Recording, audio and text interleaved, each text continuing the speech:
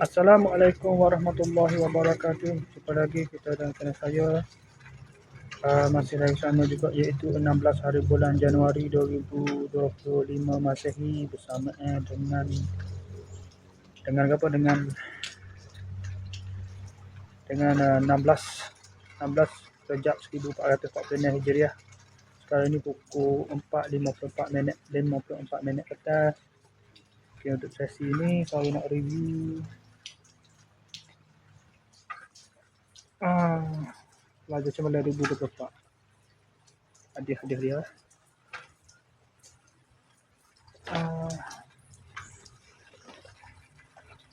Tiga lah untuk sesi petang ni.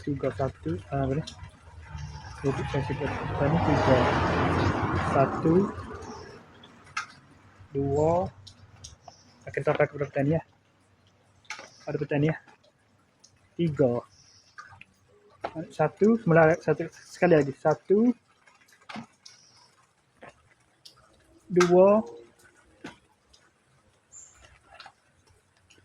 3. Ada 10 lagi dah. Bakal diberikan. Dah masa dekat lah waktu tu. Akan datang esok atau lusa lah. 10 lagi tu 6 pelajar Cemerlang. 4 lagi tu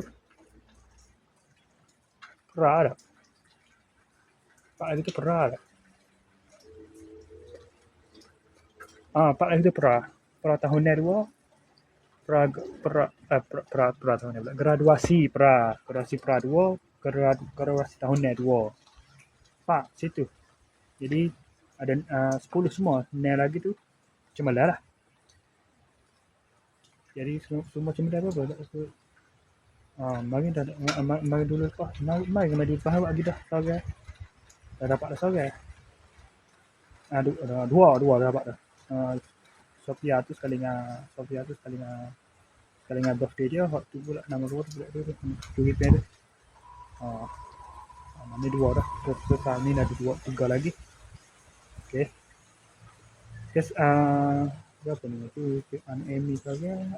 Siapa lagi tak ingat dah. Anak Ida sorang. Lepas tu anak Lai sorang. Lai Binda sorang. Untuk petang ni. Okay, sekadar itu saja. Assalamualaikum. Jumpa lagi. Bye.